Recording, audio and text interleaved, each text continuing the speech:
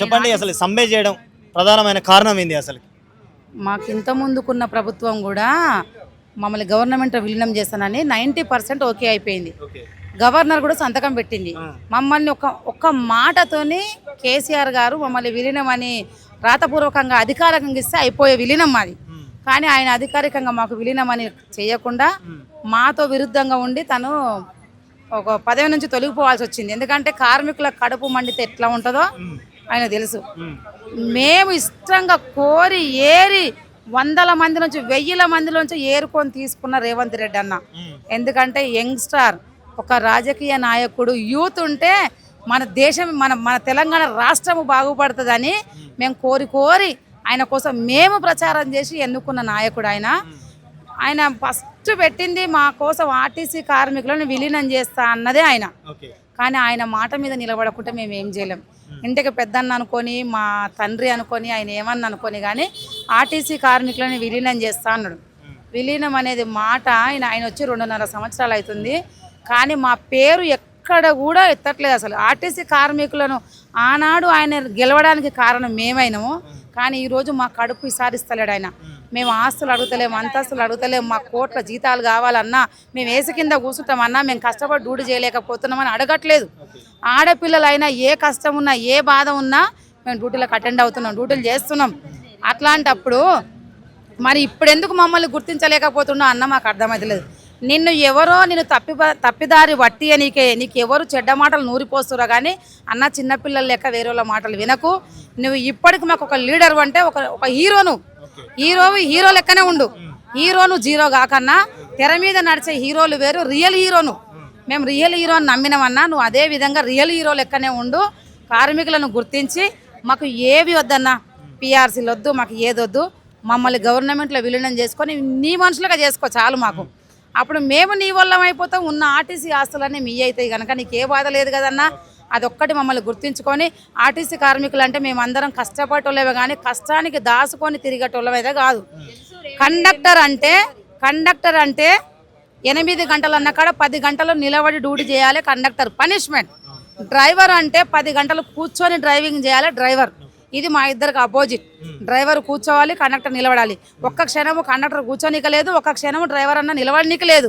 అప్పుడున్న ప్రభుత్వంలో కనీసము పాసులు 50% ఉంటే టికెట్లు 50% ఉండి మేము ఎంతో డ్యూటీలు చేసుకునేది.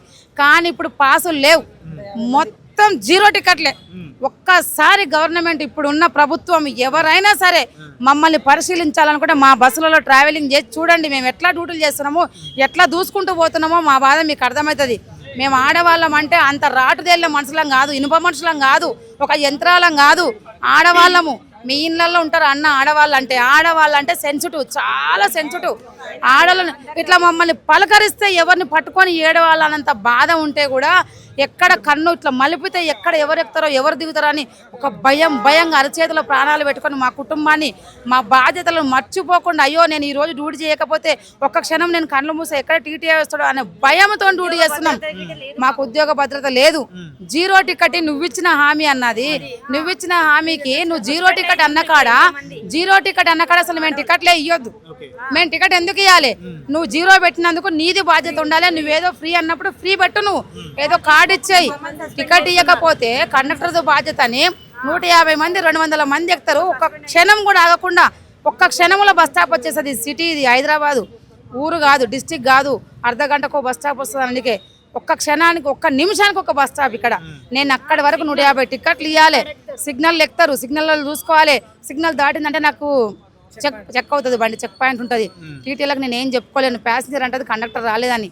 అయినా సరే అన్నిటికీ ఓడ్చుకొని మేము తినకుండా నిలబడి డ్యూటీలు చేస్తున్నామన్నా. నువ్వు ఇచ్చిన హామీని మేము నెరవేర్చినాం. నీవిచ్చిన హామీని నువ్వు నెరవేర్చుకోమని మేము నీ దగ్గర ఈ మీడియా ద్వారా నేను అన్నా నీకు చేతులు జోడించి అడుగుతున్నా. మాకు చిన్న పిల్లలు ఉన్నారు, మా పిల్లల్ని పోషించుకోవాలి. ఇక్కడ ఉన్న కార్మికులు ఆడవాళ్ళు కానీ మగవాళ్ళు కానీ ఏం కడుపు నిండి కొవ్వట్టి మేము డ్యూటీలకు రాలే.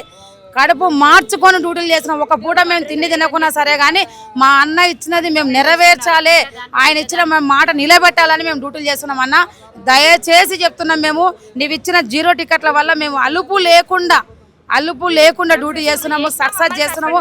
మమ్మల్ని మీరన్నా దయచేసి మమ్మల్ని గుర్తుంచుకొని నువ్వు మా నాయకులను పిలవండి, మా జేఏసీ నాయకులను పిలవండి, చర్చించండి. ఒక్కసారి మీరు వచ్చి మా లైన్ మీద డ్యూటీలు చేసినా మీరు చూడండి మేము ఎంత కష్టపడుతున్నామో, ఇచ్చిన హామీలకు మేము ఎంత శ్రమ పడుతున్నామో మీకు అర్థమవుతుంది. ఒక్కసారి మమ్మల్ని గుర్తించి మమ్మల్ని గవర్నమెంట్లో విలీనం చేసుకొని మీరు ఇచ్చిన హామీలు నెరవేర్చుకోమని వేడుకుంటున్నామన్నా. అయినా ఎంత కష్టపడుతున్నామో, ఆడపిల్లకి ఎంత కష్టం ఉంటుందో అది తెలిసిందే, ప్రతి ఒక్కరు తెలిసిందే. ఆడవాళ్ళు ఎన్ని కష్టాలున్నా, పర్సనల్ ప్రాబ్లమ్స్ ఉన్నా, శారీరకంగా బాగలేకపోయినా అయినా సరే ఆడపిల్లలు శ్రమ పడుతున్నారు. నీళ్లు తాగకుండా కిడ్నీలు ఫెయిల్ అయ్యి కాళ్ళ నొప్పులు వచ్చి అయితే గర్భిణితో ఉన్న ఆడవాళ్ళు, కడుపుతో ఉన్న బిడ్డలు కూడా పాపం డ్యూటీలు చేస్తున్నారు. ముఖాల నొప్పులు ఉన్న వాళ్ళు దేక్కుండా డ్యూటీలు చేస్తున్నారు. అన్న ఒక్కసారి మమ్మల్ని గుర్తించండి అన్న. ప్రమోషన్స్ లేవు, రిక్రూట్మెంట్ లేదు, ఉన్న వాళ్ళతోనే డబల్ డ్యూటీలు చేయమంటున్నారు మమ్మల్ని. ఒక్క డ్యూటీ చేయడమే కష్టం ఉన్న పరిస్థితులలో రెండు డ్యూటీలు చేస్తున్న ఆడబిడ్డలు. ఎందుకంటే మాకు వెనక మా కుటుంబాలు ఉన్నాయి, మాకు వెనక ఆస్తులు లేవు, అంతస్తులు లేవు, మాకు ఉద్యోగాలు చేసుకుంటేనే బతిక కుటుంబాలు మాయి. మమ్మల్ని గుర్తించుకొని ఈ కార్మికులను నీ బిడ్డలుగా చేర్చుకుంటామని, నీ పిల్లలుగా మమ్మల్ని గుర్తిస్తామని నమ్ముతున్నామన్నా. ఒక్కసారి మమ్మల్ని గుర్తించుకో అన్న. అన్న మీరు కన్నెర చేస్తే మేము మీ కన్నెర చేసి మీరు మంటలు లేపుతూనే మేము కాలిపోయే జీవితాలు మాది. ఒక్కసారి పేదలను గుర్తించుకొని అన్న నీలో కలుపుకోమని వేడుకుంటాం.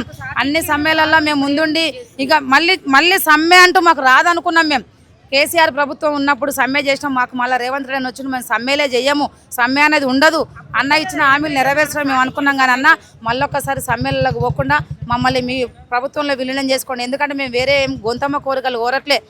పక్క రాష్ట్రంలో జరిగింది విలీనం చేసుకోవడం, మన రాష్ట్రంలో ఎందుకు అవుతలేదు? మమ్మల్ని విలీనం చేసుకోమని కోరుతున్నాం. అది ఒక్కడే మాకు కావాల్సిందన్న, విలీనం చేసుకోండి. మా పిల్లల స్కాలర్షిప్లు లేవు, మీకు రాజీవ్ గృహకల్ప ఇచ్చే ఇల్లు లేవు, మా పిల్లలకు స్కాలర్షిప్లు లేవు, రాజీవ్ గృహకల్ప లేదు, మాకు రేషన్ కార్డులు లేవు. మేమేం ఉన్నోళ్ళం కాదు. వేరే దాంట్లో పనిచేసే వాళ్ళకు రేషన్ కార్డులు ఉన్నాయి, మరి వాళ్ళకు రాజీవ్ గృహకల్ప ఇల్లు ఇస్తున్నారు. మేము ఇప్పటికి ఇంకా కిరాయిలలో ఉంటున్నాం, కిరాయిలు కట్టుకుంటూ బతుకుతున్నాం, మా పిల్లలను చదివించుకుంటూ బతుకుతున్నాం.